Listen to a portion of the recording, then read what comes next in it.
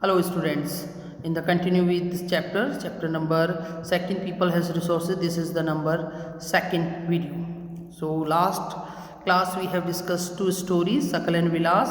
So in the Sakal and Vilas story we have find when Sakal's fathers invest his education. So finally he got a job and his situation in the family is very good.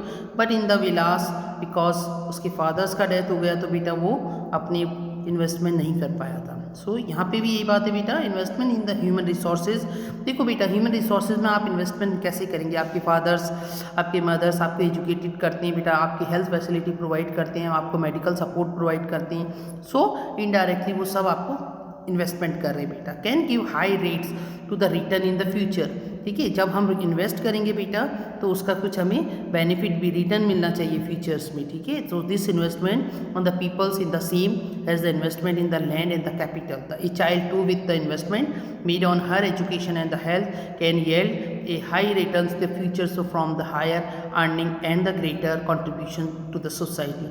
Educated parents are the found to invest more heavily on the education in of their child. देखो बेटा, जो parents educated होंगे बेटा उनको importance of education मालूम होगा बेटा, तो वो अपने चिल्ड्रंस को, अपने बच्चों को बेटा अच्छा एजुकेशन करेंगे, उनको अच्छी स्कूल्स में पढ़ाएंगे बेटा।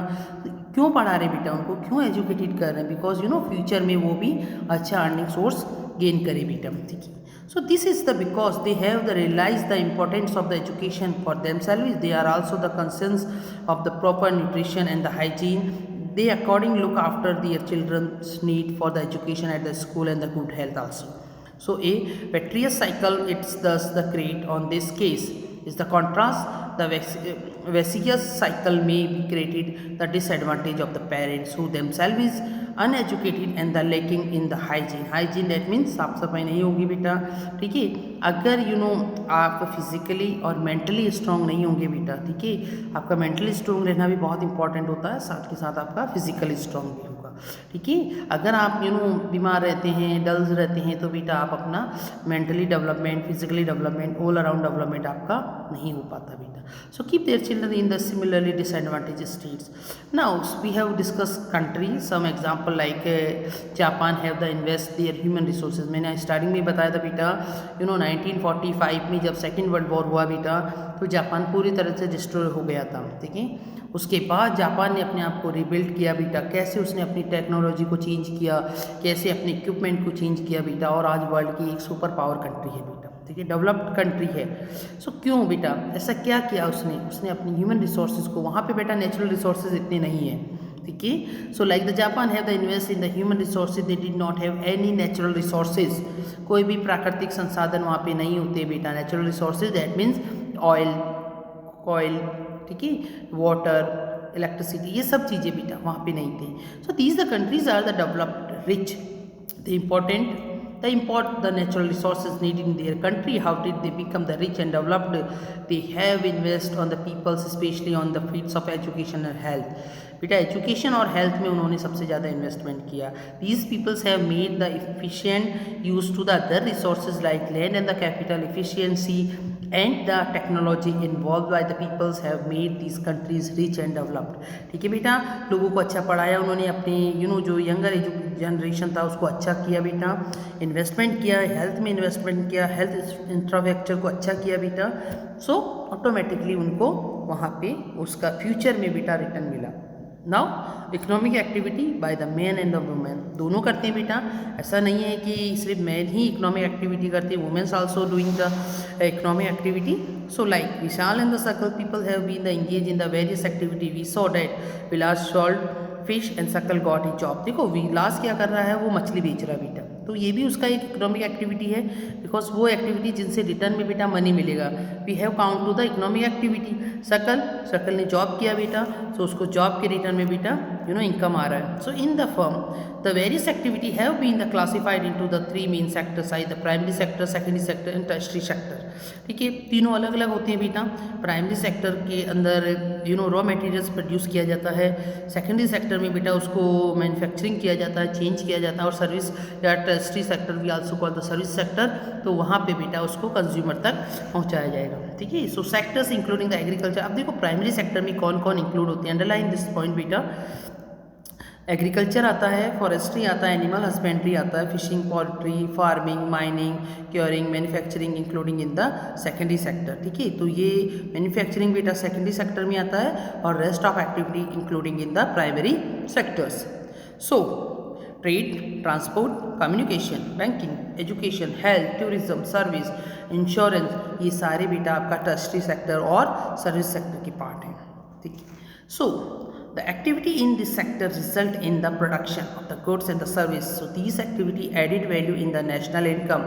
So these activity are called economic activity. ठीक है, इनको इकोनॉमिक एक्टिविटी कहते हैं बेटा. Economic activity have the two parts, market activity and the non market activity. Economic activity के भी दो पार्ट्स होते हैं बेटा, एक आपकी मार्केट एक्टिविटी होता है, एक नॉन मार्केट एक्टिविटी होता है. So market activity involve the remunerations of anyone who the performs the activity perform for the pay और द प्रॉफिट. ठीक है, वहाँ पे पेमेंट और प्रॉफिट को देखा जाएगा बेटा. So these including production of the goods और the service including government servant. Non market activity are the production of the self consumptions. This can be consumption and the processing of the primary product and on account product of fixed assets. ठीक है. सो ये दोनों activities होती है बेटा, market activity और non market activity, और दोनों में ही बेटा कहीं ना कहीं आप देखेंगे जो मेन पॉइंट होता है वो है अर्निंग टू मनी बेटा. So due to the historical and the cultural reason there is the division of labour between the man and the women in the family. Women generally look after the domestic chores and man work in the fields. देखो India में बेटा एक शुरू से ये traditional बना, historical हमारा background रहा है, कल्चरल बैकग्राउंड रहा है कि जो वुमेन्स होंगे बेटा वो घर के काम करेंगे और मैन होगा वो बाहर के काम करेगा. ठीक है, जॉब करेगा, फील्ड्स पे जाएगा. सो ये सब चल रहा है. अब बट यहाँ पे देखेंगे आप शकल का स्टोरी में, Sakal's mother Sheela cooks the foods, clean the utilities, washes the cloth, clean the house and looks after their children.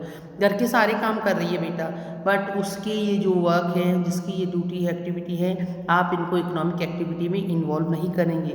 Because अगर जैसे आप अपने हाउस में एक मेड रखते हैं बेटा जो आपके घर का काम करके जाती है, या आप झाड़ू पोछी के लिए रखते हैं, तो आप उसको रिप्लेस में बेटा पैसा रिटर्न करते हैं. तो वो इकोनॉमिक एक्टिविटी जो मदर्स का वर्क होता है बेटा वो नॉन इकोनॉमिक एक्टिविटी के अंदर इंक्लूड होगा.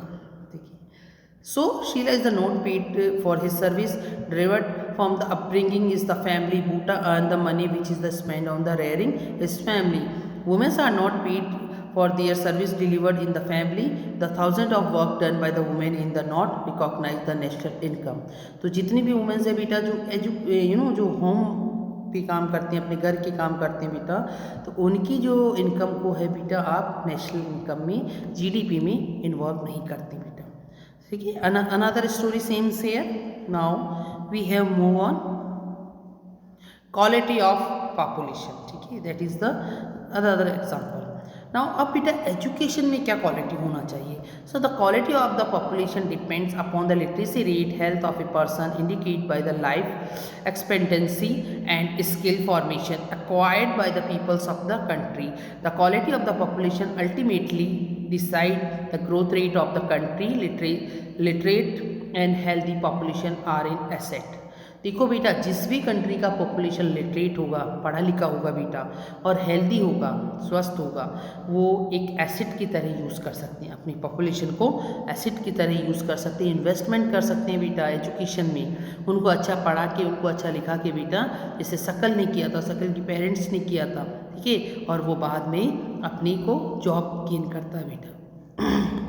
So national income, cultural richness and the increasing the efficiency of the governance. So there is the provision made by the providing universal access, rational and the quality is the elementary education with the special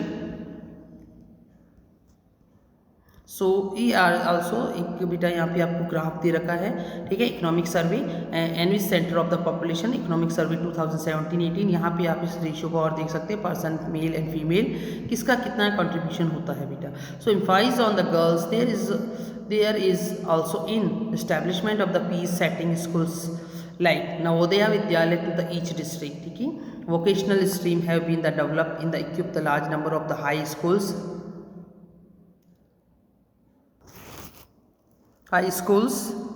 students will the occupation related to the knowledge and the skills. The plan outlay on education is the increasing from the rupees 151 crore education has increasing, ठीक है बेटा। ये जो first 5 year plan था उसमें सबसे ज़्यादा investment agriculture then after the education also. So in the rupees 3766.90 crore on the 11th plan to expenditures on the education as the percentage of GDP rose from 0.64%। सो अगर आप compare करेंगे बेटा 51-52 में जब फर्स्ट 5 ईयर प्लान आया तो हमने education पे हमारे जीडीपी टोटल जीडीपी का बेटा 3% इन्वेस्ट किया था, ठीक है। एंड इन 2005 हमने उसको इंक्रीज़ किया बेटा। So the budgetary statement has the state in the budget, ये आपको ऊपर बेटा ये सर्वे के चार्ट के अकॉर्डिंग दिखा रखा है बेटा पूरा, ठीक है। ये अलग अलग डेटास है बेटा, ठीक है, कि हमने कितना इस पर इन्वेस्टमेंट किया, कितना किया। फाइनली अभी रिसेंटली बेटा आप इस चार्ट से इसको कंपेयर कर सकते हैं बेटा, ठीक है। आप कितने नंबर ऑफ़ कॉलेजेस बने, नंबर ऑफ़ यूनिवर्सिटीज़ हमने सेटअप किए बेटा, स्टूडेंट्स कितने हैं, teachers in the universities and the college, ये सारा एक इस चार्ट के अकॉर्डिंग बेटा यूजीसी का एनुअल रिपोर्ट है ये 2010-11 का, उसके अंदर इसको पूरा एक्सप्लेन किया गया, ठीक है। So finally this has been the significant growth in the number of the university industry institutions of the higher learning to specialized areas. Let us read to the table, see the increasing the numbers of the college university allotment students and the recruitment of the teachers from 1951 to 2015 to 16. So this is the second part of this chapter. Thank you for the watching. Thank you.